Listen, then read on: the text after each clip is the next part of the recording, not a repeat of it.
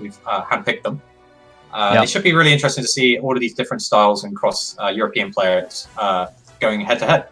Yep. And the first head-to-head is going to be ocram1993 versus Farfa. Let's talk a little bit about this matchup. What do you think, Matt? What do you think? Dinosaur versus Adamantipator. So Nadir, or Farfa, sorry, my apologies, definitely wants to be going first in this game. I think Farfa's Adamantipator deck is a better Adamantipator deck than Ocram's Dinosaur deck, if I'm being entirely honest. Yeah. But the Dinosaur deck has such a higher power level ceiling, it might just end up overwhelming Farfa. So it's gonna be a good game. I would actually, if Farfa wins a die roll, I'd actually favor him based on just looking at the lists. Okay, interesting. Yeah, well, as soon as the game is ready, we'll be ready to go in there.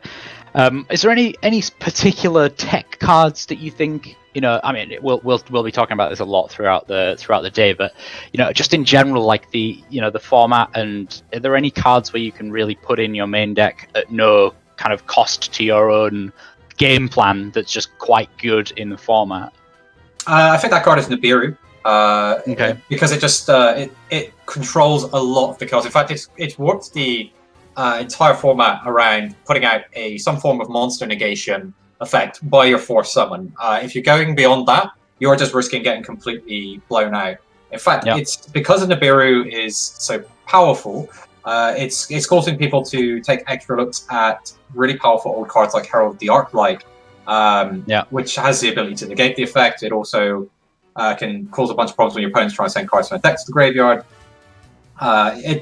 You've also got Appaloosa, which is another very popular one for players, but especially in the Adamantipator deck, you've got Kokimiru Guardian. Nibiru is really shaping the format. Yeah. All right, let's. I think our players are ready. Let's head on over to the virtual table that we're going to have. All right, let's get down to business. I'm pretty excited. I'm just so excited to see some like Yu-Gi-Oh going on. Okay, here we are. So we have Ocram up at the top, and then we have Farfa down the bottom. I'm gonna every time I'm gonna say his name, I'm gonna like stutter because I keep wanting to call him Nadir. Yeah, same. I've done it several times already. One of our other commentators, Marcello Barberi, he's actually on our Italian language stream. So if any of you guys want to watch in local language, we've got our casters for each language. You can find their links on our social media. Okay, so that's 7, I'm going to guess, versus Farfa's 8. So although the timer is displaying 40 minutes at the moment, we are doing the best of ones, which means the timer is going to be just 25 minutes. So I think we'll try and get that fixed at some point, but at least we know it's 25 minutes. 25 minutes, okay. Yeah. And Farfa, I believe, won the dice roll. Sorry, Farfa's on the bottom, or is he on the top here? Bottom. Can you not tell by the game, Matt? No, I was expecting an Ash Blossom one from Farfa, but there you go. Yes. So here we see Farfa starting off, and yeah, so he did get to go first. Yeah, he gets first, and he's straight out with the gate with 2 monsters, and he's going to excavate 5 cards to find himself a rock monster. He finds 5, which is quite powerful. Gives him a couple. That's definitely one. That's definitely one rock monster.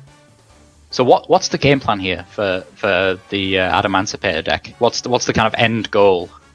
So essentially, you want to get yourself up to a Question Halkry Fibrax and combo off from there, and you end up with crazy ending fields, for example, like Herald of the Arclight, Prologue Savage Dragon, and you essentially have a bunch of negates, but you also have like incredibly powerful follow-ups with Block Dragon.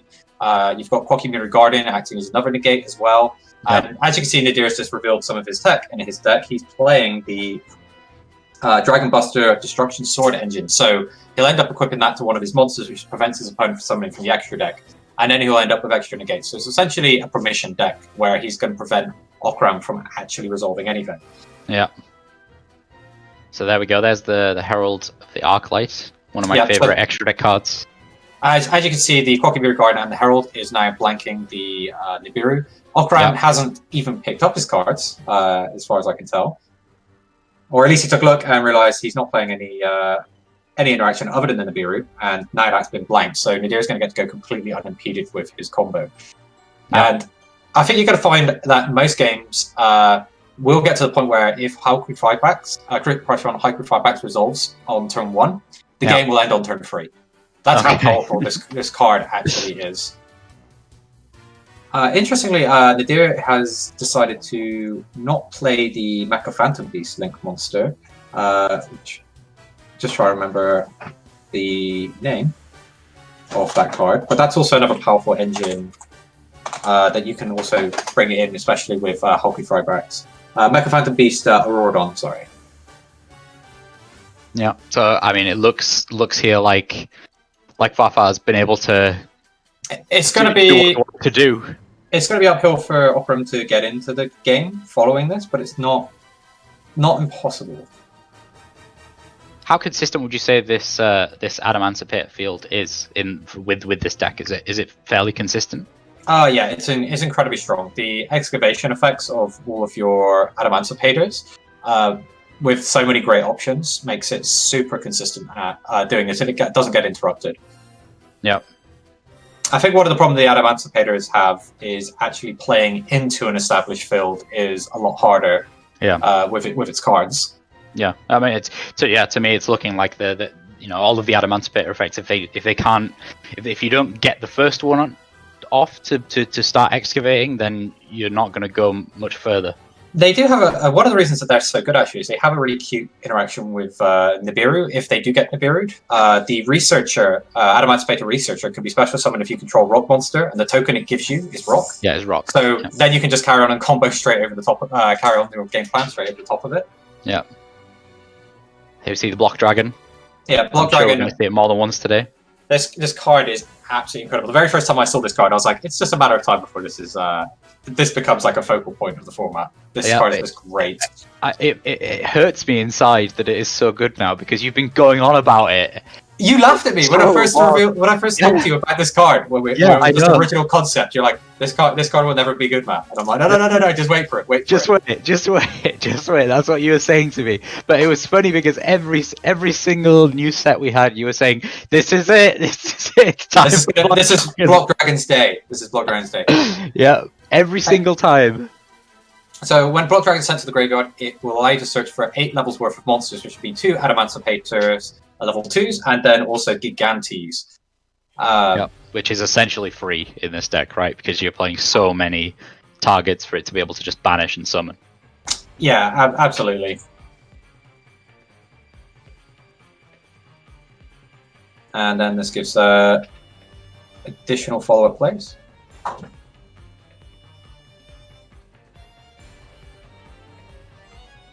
I mean, yeah, at this point it looks like Farfa has just been able to do literally anything that he wanted. Yeah, and notice how he stuck everything in defense mode to play around the potential Lightning Storm. Not that he couldn't negate the Lightning Storm if he needed to, but... But having everything in defense mode is like having an extra negate, right? You might as well. Yeah, in this particular case, why make mistakes when you don't need to? Yeah, Appaloosa. Free negate Appaloosa as well. So, how many negates are we looking at here? We've got Herald, we've got Appaloosa, we've got Abyss Dweller. Boral Savage. This is going to be almost impossible to play through. And the Block Dragon has an additional effect. So there's more. It doesn't just search for free cards. It prevents your rock monsters from being destroyed by card effects, I believe. Additionally, while it's in play. And then you can get the searches again if your opponent actually does remove it in the next turn, or you link it away on the following turn.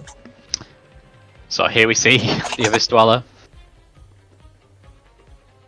Yeah, immediately. That's just so hard for the dinosaur deck to play through. Like, all of its best combos revolve around resolving Baby Ceratosaurus multiple times, which is when it's destroyed, lets you special summon the dinosaur deck. Interestingly, Ocram is actually only playing 2 Baby Ceratosaurus, which is, I think, a bit of a questionable decision considering how strong that card is. But yeah, it's going to be super hard to play through this. That's 3, 4, 5 negates and graveyards off limit. And you've got 6-card hand, so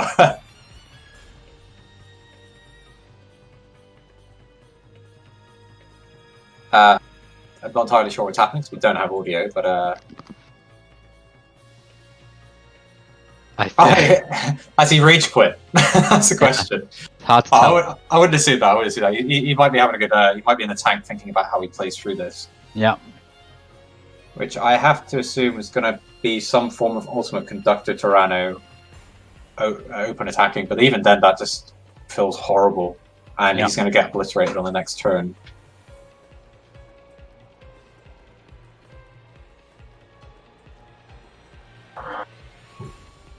Oh, okay. I'm being told that actually there was some kind of ruling dispute. Okay. Because he used Block Dragon while Herald of the Arclight, which is obvious now you say it. But they're checking to see if they can rewind this. Okay. But yeah, he got Block Dragon's effect under Herald of the Arclight.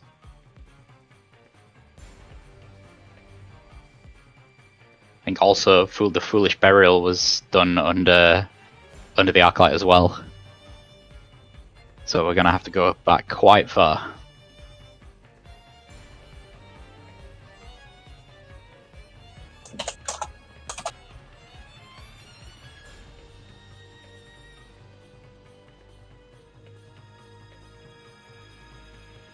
Okay. So yeah, let's see how they end up resolving this. Yeah, we do have. I didn't mention yet. So yeah, we do have. We do have a few judges who are in the chat with those guys who are able to talk through the game with them. Oh, we're just rotating our field for a while. Yeah. Yes, Herald of the Arclight. Any monster sent from the hand main deck to the graveyard is banished instead. Yeah. And that'll include your own. But you said it was on the Block Dragon being sent to the graveyard? That's not being sent from the hand or the main deck to the graveyard. I'll let the judge do it, and obviously an additional time extension will be issued for any lost time. Yeah.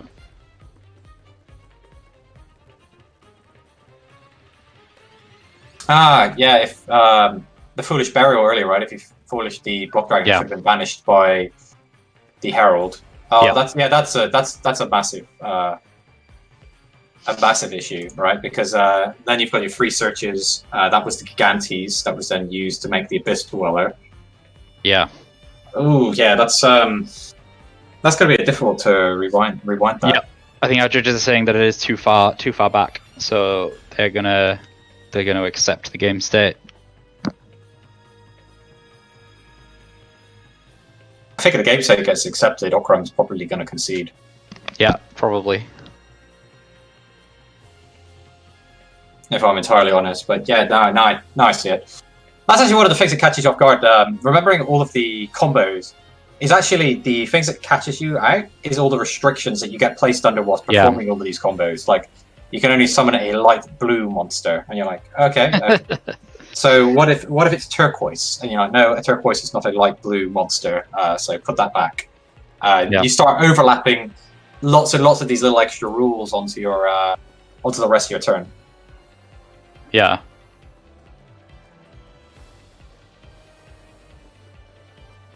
Yeah, so see how the judges deal with it. What are doing that? So Luke, what have you been up to during the quarantine period?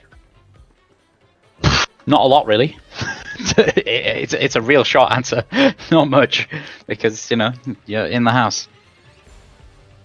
Yeah, I mean, I've been working on my reverse tan indoors, if I'm entirely honest. I did go outside for about an hour and got sunburned, which was hilarious. It was just literally 1 hour, and it's like in British sun as well, which never happens. So yeah, that was pretty lame, but it's not been as bad as I thought it would be, to be honest. Although I'm in desperate need of a haircut, like many other people. I'm kind of glad that we don't have any kind of commentator cams at the moment, because I did decide to cut my own hair. I do have the equipment. the professional equipment to do so, but I cut it a little too short. Oh, you just get the trimmers out and go all Eisenberg. Yeah, that's exactly what happened. Yeah, so for anybody who's just joining us, there's currently a ruling dispute on how to rewind the game state. Farfa activated a Foolish Burial when he had a Herald of the Arclight to send Block Dragon to the graveyard, and then the rest of his turn that he built off of that Block Dragon shouldn't have been able to happen because the Block Dragon would have been banished. So the judges are going through and figuring out if they can rewind the game state or what's going to happen. So in the meantime, we're talking about our day and things we've been doing during quarantine, just while that situation gets straightened out. Yeah, I did want to ask you, by the way, Matt. What do you think of my brand new suit that I purchased for this event? The pajamas are probably pretty great, to be honest. I have no idea. I can't actually see you. So it's a 5-piece suit. It's fantastic. You have a 5-piece suit on right now. Yeah. Yeah, me too. Yeah, absolutely. Yeah. I felt like it was necessary. Well, you know, that's definitely dress for the job that you want, right? Yeah. You know, what can I say? It doesn't feel like a YCS unless I'm wearing a live stream, should I say, without wearing a full 5-piece suit. My favorite live stream that I got to work on recently was Milan, where I was told I didn't have to wear the full-on suit and I could wear some more casual shirts. That was a lot more easier to move around in. Yep. We didn't get to talk about it. What did you think of my shirt on the Utrecht stream? Because I tried to stick with the theme that you know, the person holding the microphone wears a crazy shirt. That's it. Honestly, I thought it had some character. Good. That's good. I must say this picture of me that we've decided to use for the commentator slide, I really do like it, but my hair is a mess. That's got to be from YCS London several years ago, right? Ooh, close. That's very close, but but that is not the right YCS. Because we switched to the Egyptian gods behind the casters. Ooh, that's a good way of figuring it out. So it has to have been before that. Was that Dublin? No, no, that's way before. WC Kid Dublin was your first event. It was. I wasn't wearing glasses at that event either, so I didn't actually know I couldn't read any of the cards. Was this YCS Prague? Nope. Okay, I give up. I'm out of guesses. Oh, come on. I told you that London was close. London was close. Yeah, but I don't remember. Yeah, London's easy to remember. It's just down the road. Milan? No. I think close geographically. Close to London. We haven't had a YCS in Paris in a long time.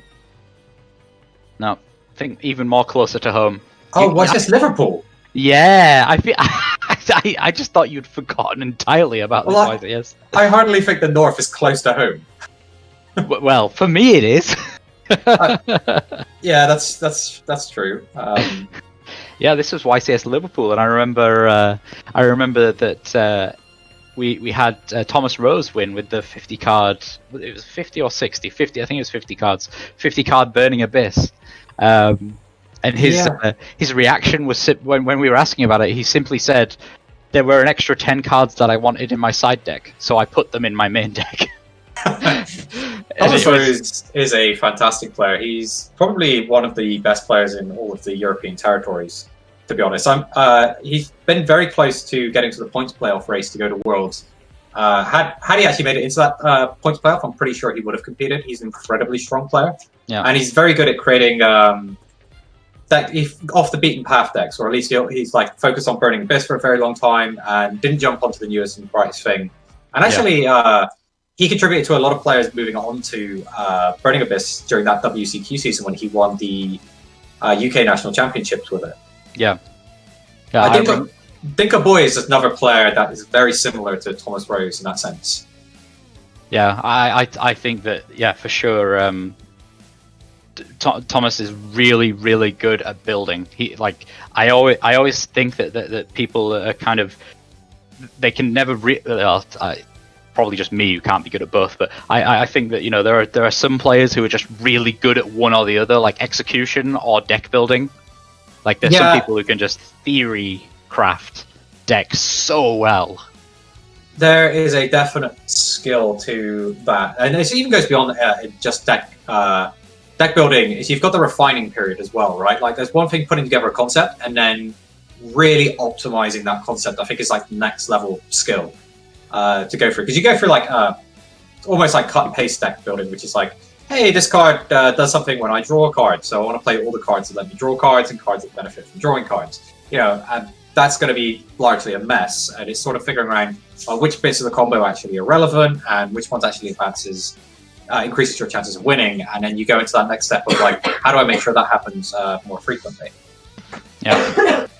So I think that we are possibly ready to start again, because, well, I say start again, to continue to the point that the mistake happened. So let's head on back over to our table and see where this goes, considering now that we have rewound all the way back to that foolish burial, I think. Be kind. Rewind. Yeah. So we'll just wait for my camera to upload. Well, update. Yeah. Production, can we head back to the table, please?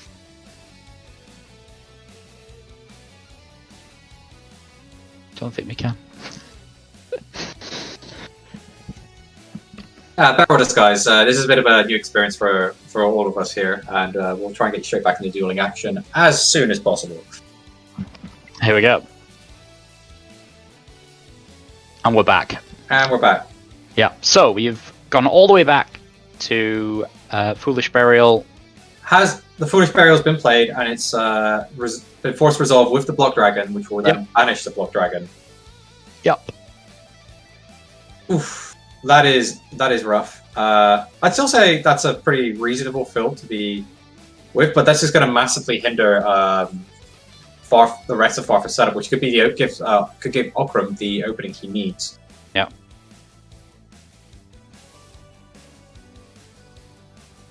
You gotta be careful, guys. When you start playing stuff off theme, there's probably going to be some overlaps that you don't want, or nombos, as some people call them. Nombos. I love that word.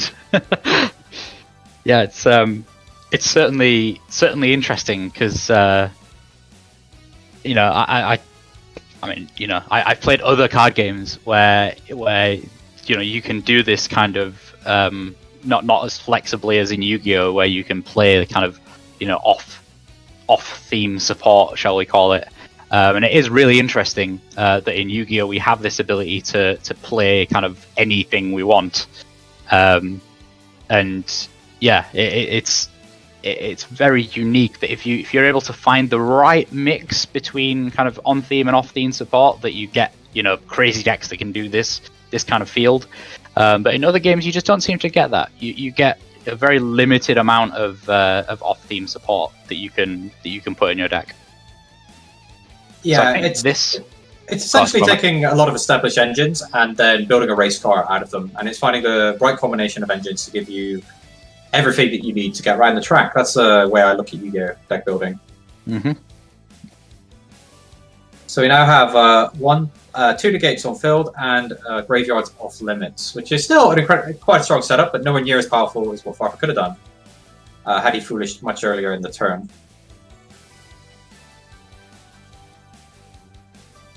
Let's see what Okram can do with this. That's a good spot. Ruler no more. That is exactly what you want to start breaking through a field. Definitely great to have. You can't win the game the turn that you play it, but that's going to give him the opportunity to now get really pile in the damage on Farfa. And Farfa doesn't have the Block Dragon to recover because of that early fumble. That's incredibly good pickup. Yeah, he does have a very short amount of time to get on with this, though.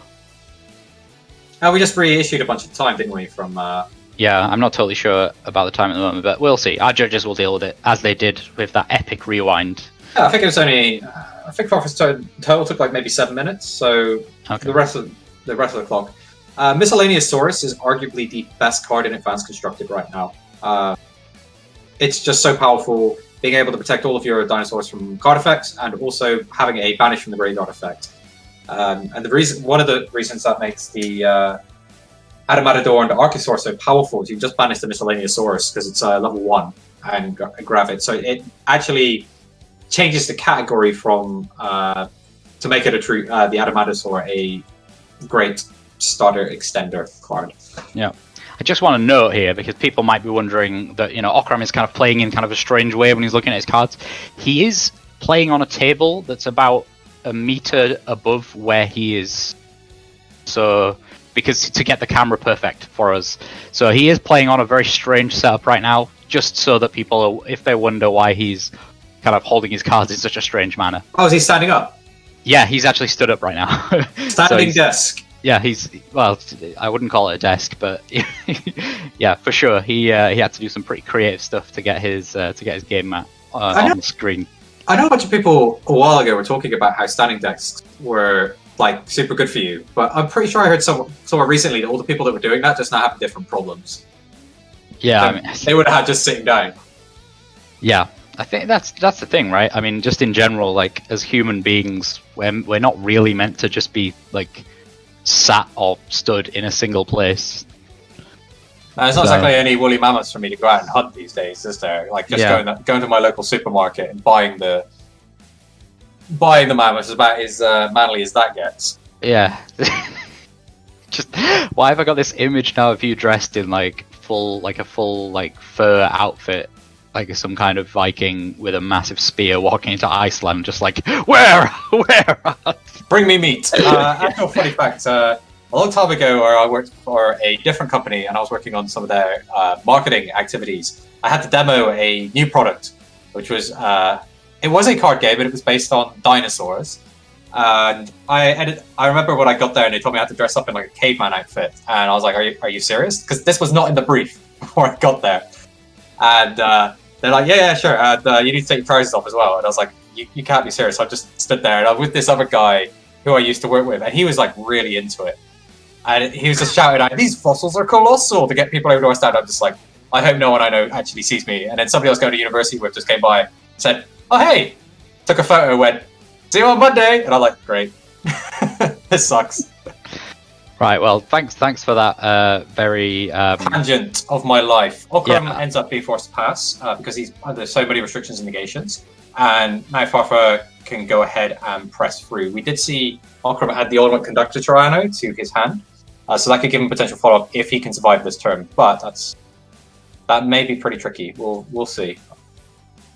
Again, the Dark Ruler Memoir prevents you from actually winning the game the turn that you play, because you can't inflict any damage. So Farfa knows he's getting another turn, but now he's got a lot of attack points in there pointing directly at Ocram. Yeah, it does look like he's got enough damage here for sure. At least to make a pretty decent dent in the life points of Ocram.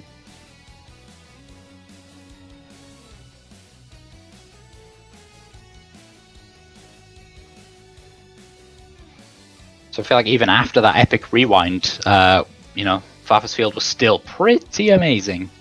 Yeah, it went pretty much uncontested, and that's when it just applies that's all they write, and you get a big when you get an uninterrupted combo. Yeah, I think that might be it. Yeah, there we go. So Farfa takes the first game, and if that would have been a best of 3, it would have probably been pretty interesting to see how Ocram would go through it. But Adamantipator has a really strong turn 1 play. Yeah. Had it had to play into a field, I think it would perform very differently. And even being able to recover from the misplayed Foolish Burial, taking possibly the best card in your deck, maybe second best card out of your deck. I can't decide if Pokemon Guardian is the best card in your deck, considering how much Nibiru has control over the format, and still being able to pick up that win pretty confidently. Well, just over after pass, you can't get much more confident than that. Yeah, I've got to give it to our judges. That was a pretty epic rewind. One of the longest I've seen. So